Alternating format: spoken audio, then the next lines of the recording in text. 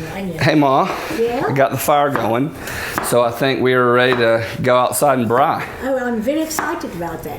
But I've got a shirt that I want you to wear when you're making a traditional South African braai. Okay, well, I've been doing this Tame the Flame series, and this is kind of what I wear. No, you must wear this. All right, well, you know what? You're the guys that invented the braai, so I guess I'm gonna do this. Welcome to the Kudu Tame the Flame series. This is a really special video series because Kudu is bringing to you all the things that are braai. And when we say braai, we mean cooking over open fire in a multitude of ways. Today's a very special occasion for me because I have my mother-in-law from South Africa here with me to do this series. We're doing a very traditional weekend dish that's often done while the rugby games are being on or the cricket games are on. And so it's my pleasure to introduce Rose Opperman, my mother-in-law, who's going to help talk about what we're doing today. Sure, I'm really going to enjoy this, and I'm very happy to be here. And let's start. Let's do it. Yep. So right off the bat, you see that we've got three things going on right now. We've got what we would call traditional grits going in the Dutch oven. They're being reduced and ready to go. We've got braai breads cooking up here. We're going to talk about what a braai bread is, but it's basically a grilled toast sandwich. And then we're going to do a tomato sauce reduction that's going to go with our grits. And then we're going to do some steaks. So in one evening, we've got three things going already simultaneously, and then we're going to add steak to it. And you can do all this on one kudu in one evening with family and friends, and it's really a lot of fun. So Ma, here we have what's known as braai breads, and we talked earlier about this being a toasted sandwich, and I've got this ciabatta in this basket that makes it very easy to turn and keep together. But tell me more about what braai breads are and why they're such a big part of South African tradition. I don't know why it's such a special thing, but we always do it. We've been doing it. I grew up with it, and we're doing it now, and we're doing it on the farm when we have a braai.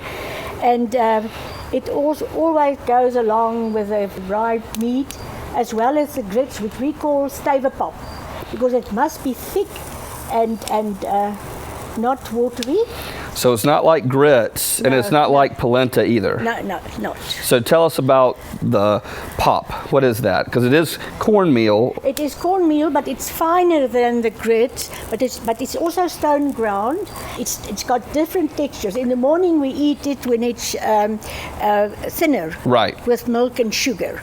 And when we do a braai, we have it thick, and some people like it thicker even, and others like it with this consistency that we have tonight. And you would say this is like a comfort food for South Africa, just like we would come and we would do a chili or a vegetable soup or something or chicken pot pie, something that we're accustomed to on that certain night. We don't want it to be too terribly complicated, but we want to have something really nice and hearty. You would come in with the braai breads and the pop and the steak and just have a nice simple meal. Yes, and the men do the braai, and the men drink beer, and we have wine together with it. How much beer do they drink? A lot. They drink a lot. Yeah. So, that's kind of the story that I heard, that Americans think the British drink a lot, and the British think the French drink a lot, okay. and the French think the Germans drink a lot, but the Germans know that the South Africans drink a lot. Definitely. That's right. Okay, so Ma, it's about time for us to start with the onions and the tomato gravy, but you're going to be doing that cooking, and since you've made me dress up with this braai shirt from Africa, I've got something for you so that you can cook here in America. Okay. All right, so give it a try. I think that you need some tattoo sleeves. This is going to look nice, and you can get your braai on and look like a lot of the chefs around here.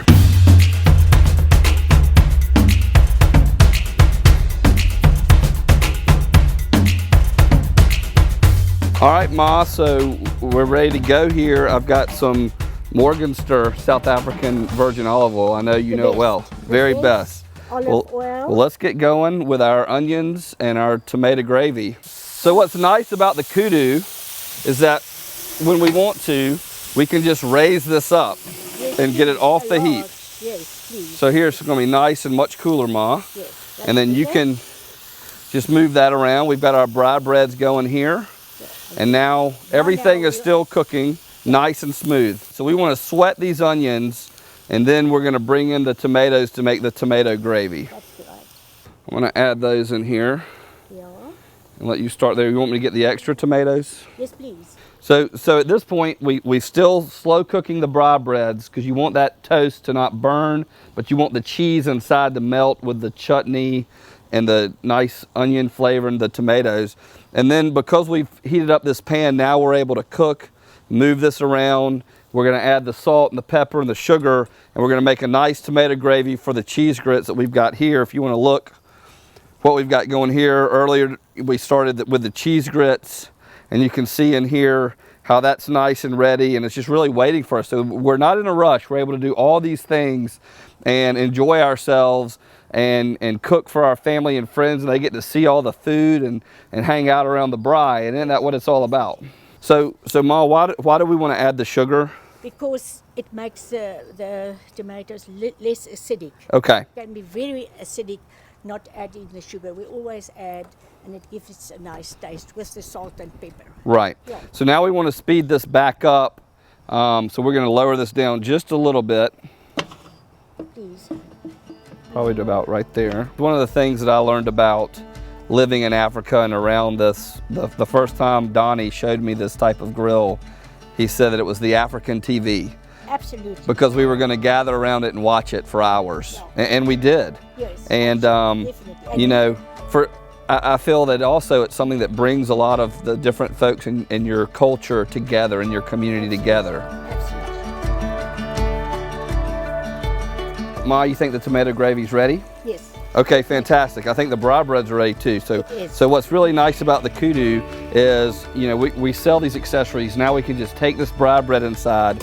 We can literally just pick up this, I'll get this out of the way, literally just pick up this tomato gravy and take it in and put it, you know, on a trivet or on something, you know, a nice countertop, and let it sit there as we prepare the steaks. All right, so we're gonna do the beef part of the beef and braai bread. So we've got a couple of ribeyes that we're gonna throw in here, getting a little bit of smokiness from this piece of African wood that kudu brings in.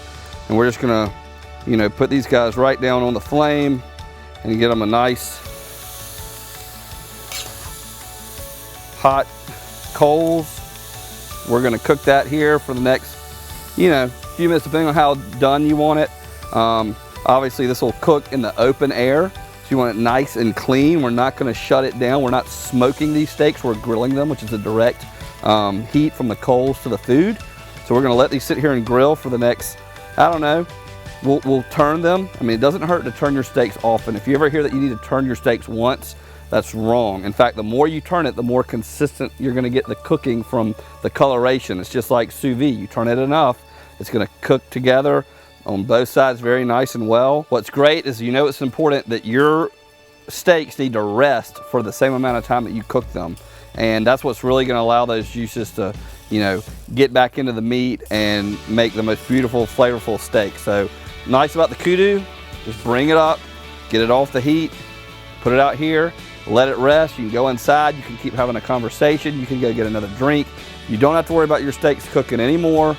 They're gonna finish right here.